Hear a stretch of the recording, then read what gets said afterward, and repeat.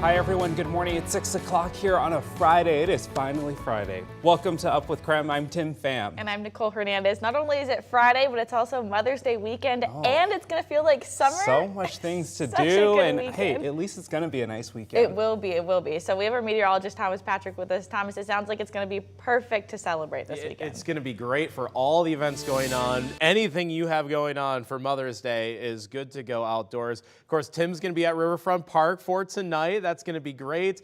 We saw Nathan earlier getting his golf swings on. It is just going to be great outdoor weather, very much summer-like for several days here. Isn't that looking beautiful over Coeur d'Alene? Maybe almost a little too bright, but I think that's a perfect amount of brightness if you ask me. It's 50 degrees, sunny skies outside right now, and even though we've only had the sun for, 45 minutes already, looking like a great morning already. Your Mother's Day forecast is 83 and sunny and breezy. I did add the breezy identifier to this upcoming Sunday, so a little bit of a windy day then, but warm. Absolutely. Lots of days in the 80s, if not 90s, not just this weekend, but next week as well. All right, breaking news at the border from overnight. Less than 9 hours ago, Title 42, the pandemic-era rule that allowed the U.S. to quickly remove migrants, expired. And we're already seeing the changes from this. Border officials say 13,000 people could cross the border today, more than double the average from before the border rule expired. And we're expecting even more people to start crossing over the next few days. The Biden administration is trying to slow the flow of migrants, saying there will be harsher penalties for migrants who cross the border illegally, but the ACLU says they're already challenging those new rules. Do not believe the lies of smugglers. People who do not use available legal pathways to enter the U.S. now face tougher consequences, including a minimum 5-year ban on re-entry and potential criminal prosecution. Cities along the southern border have added National Guard troops and increased police presence to deal with the uncertainty of Title 42 ending. Well, more breaking news from overnight. At the same time Title 42 expired, a federal judge placed a temporary block on the Border Patrol last night. The judge's order is stopping the government from releasing migrants that are in U.S. Customs and Border Protection custody without court notices. So this means that border officials cannot use one of its key tools to try to manage the number of migrants in CBP custody. The Department of Homeland Security says as of Wednesday, more than 28,000 migrants are being held by Border Patrol. CBP was preparing to release some of them without court dates because of the current strain on border facilities. The order is set to expire in 14 days. And with the end of Title 42, Governor Inslee's office thinks more migrants will seek asylum here in Washington state. Last week, a federal judge ruled Immigration and Customs Enforcement can continue deportation flights out of Boeing Field in Seattle. King County had blocked those in 2020. Inslee's office is asking, quote, Congress to authorize additional funds to help cities and states support these individuals as they pursue lawful paths for asylum protection in the United States. In just a matter of hours, jury members in the Lori Vallow case will begin a new day of deliberations. Yesterday, the prosecution and defense rested their case in a trial that has received a lot of national attention. Our Nicole Hernandez has been following this case for years. And Nicole, what can we expect and when can we expect a verdict in this case? So, Tim, a 12-person jury is now deciding whether Lori Vallow is guilty or not guilty of murder. At this point, though, we don't know how long it will take them to reach that verdict in the case.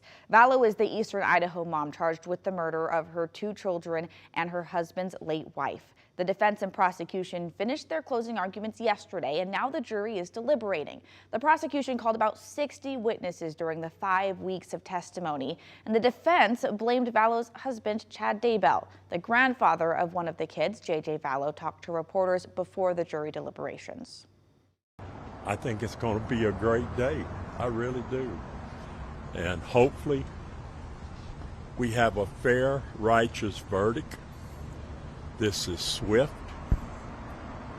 and Lori gets loaded in a van and taken to Pocatello, where she belongs for the rest of her life. We talked to a trial lawyer to learn more about how the jurors are feeling at this point. He said they likely are emotionally exhausted from a weeks-long trial filled with disturbing testimony. But he also said they're probably feeling a sense of responsibility to make the right decision here. There's a lot of evidence to go through and a lot of instructions for the jury to deliberate on. So the quicker the jury comes back, signals one of two things: that they've made up their mind going into deliberation because the evidence was coming in and it was so overwhelming. Or two, they're not doing their job.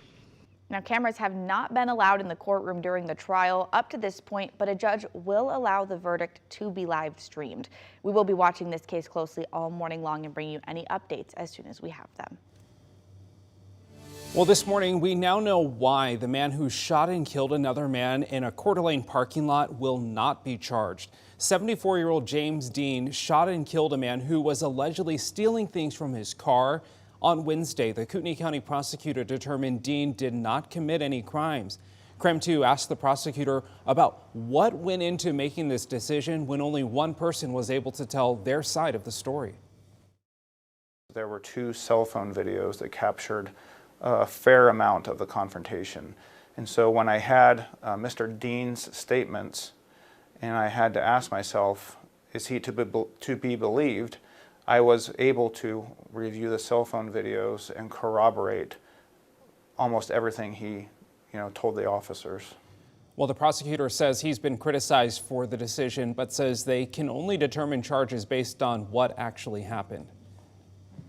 6:07 right now, and temperatures this morning a little bit cool in some spots. We still see, say, Deer Park at 40 degrees, but even that is up from 39 in the past hour. We haven't even had an hour of sunshine yet already. Sunrise was at about 5:15 in the morning. Still at 50 degrees in Spokane. That's so far our low temperature for the day, which is warmer than the other days this week. And we are expecting temperatures to be even warmer yet this afternoon. About 79 for the high today in Spokane, with 80s across central and northern Washington. But this weekend, widespread 80-degree reading marks, both Saturday and Mother's Day on Sunday, and even warmer yet come next week as well.